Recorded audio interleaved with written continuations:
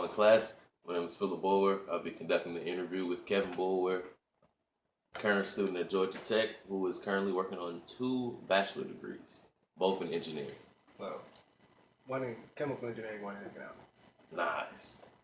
That's not correct. Well, Kevin, in light of the Orlando tragedy, how do you feel about the public outcry and the reaction of it? Let's just say from a society standpoint. From a society standpoint, Yes. it's good. It's healthy. These tragedies happen way too often, I agree. and usually nothing gets done about it. Usually it's not even really much of a conversation. Like, well, this happened, and we move on. Whereas this debate does seem to be lingering a lot longer. Even if nothing comes out of it, even if nothing comes out of it in the short run, there's clearly going to be ramifications downstream because of it, in terms of legislation, particularly probably local legislation. Okay, I agree. So you feel like, as far as the public outcry, society, it has got us to grow closer as people once we usually do when there's tragedy. However, you feel like this could stem and potentially bring negative consequences, or just more ramifications, just to make it more strict as far as policy. I feel like, again, particularly on the national level, usually people just stick their talking points. So the Democrats come out and say, all right, we need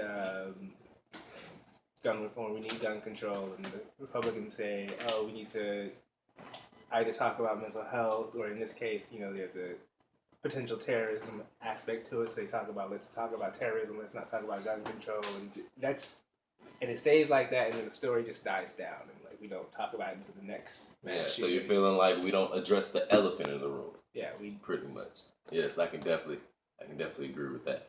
Well, do you feel like the president, on his stance in the entire thing, probably, from what you were saying as far as people not wanting to address the elephant in the room, do you feel like the president, I know he's being attacked, of course, for his views on not wanting to communicate it or try to link it in some form to Muslim radical terrorism.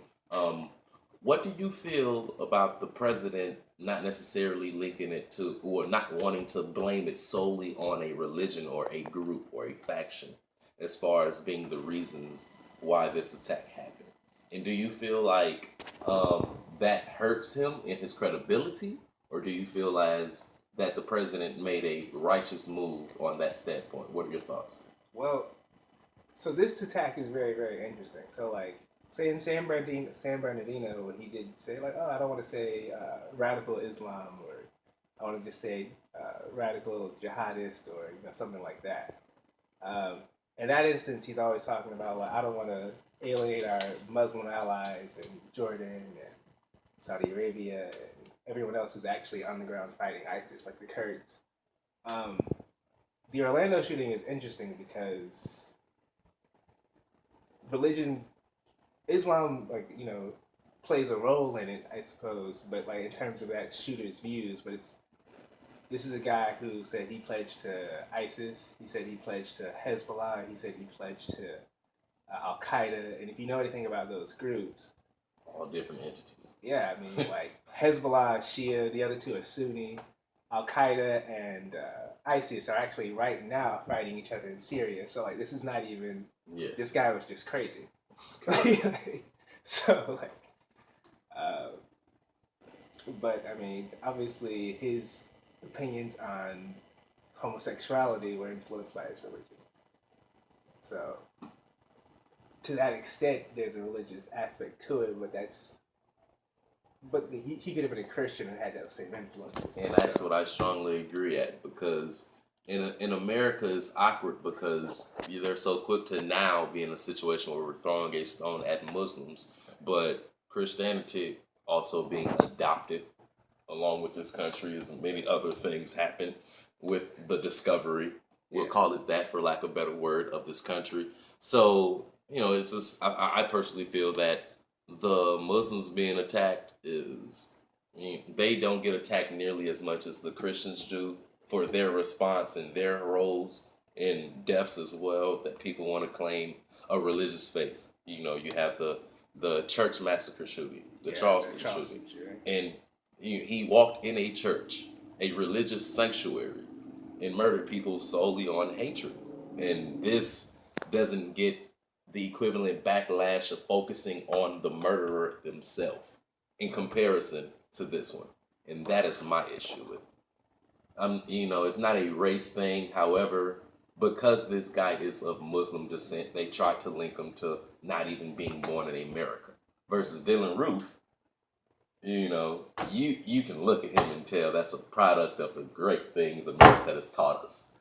Well, like generally speaking, someone who this is a country where everyone's like I think 70% Christian. So like whenever someone gets robbed, it's usually a Christian. Whenever someone gets shot, it's usually a Christian. Whenever someone gets money, whenever there's a white collar crime, it's usually a Christian doing it. So we all recognize these people aren't good Christians.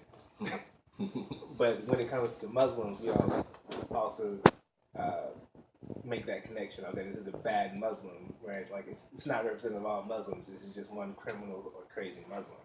Okay. All right. Well, as far as the presidential stance, because I love talking politics with my guests. Donald Trump. Matter of fact, yes, Donald Trump first. Hillary Clinton, Bernie Sanders. Okay. Ladies first. We'll do Clinton. Clinton obviously feels that gun owners should have more restrictions on them as far as the background check. So does Sanders, except where they differ is I see that Sanders does not want to, he only wants to punish the person, the gun owner themselves, the operator of the weapon. Whether Clinton's stance is more so punishing the person who sold the gun as well as the company. A lot of people are giving her heck about that. Like, that's an actual quote by her. And Trump, on the other hand, I'm pretty sure, the media cannot go a day without speaking on Mr. Trump. Mr. Trump, he speaks about, obviously, the disapproval of the president, Mr. President Obama's plan and reaction to the entire tragedy. Yeah. Even criticizing him, questioning his motives, questioning if he's just allowing terrorism to go on. How do you feel about each individual stance on the presidential election as far as Sanders, Clinton, and Trump, as far as that? And how do you think this will give them an edge or an advantage in their campaign? It's really difficult. I mean, Bernie Sanders' campaign is, it's unlikely he's going to be the Democratic nominee. True. I mean, and it's only likely because of the FBI investigation, and we don't know where that's going to go. I mean, anything outside of that, Hillary Clinton's the nominee. And it's difficult to really, whenever we talk about Hillary Clinton and whenever we talk about Donald Trump, they're both people who said everything on every issue. So it's not hard. It's difficult to say what their actual views are, what their actual policies would be, because I remember in the New York primary, Hillary Clinton was running around with the mothers of the Sandy Hooks and the mothers of Trayvon Martin and those kind of people who, African Americans who are gunned down by police officers, and saying, Bernie Sanders, you need to answer for, your vote on this one bill and blah, blah, blah. And then the next week after she won New York, she went to Pennsylvania and was like, oh, I love the Second Amendment. I want to protect the Second Amendment. And it was just like, Exactly. Okay. I'm not sure what your policies would be at that point. But in terms of how this is going to, like, at least what they're saying now and how it might affect them downstream. Typically speaking, when Democrats start talking about gun control, that hurts them.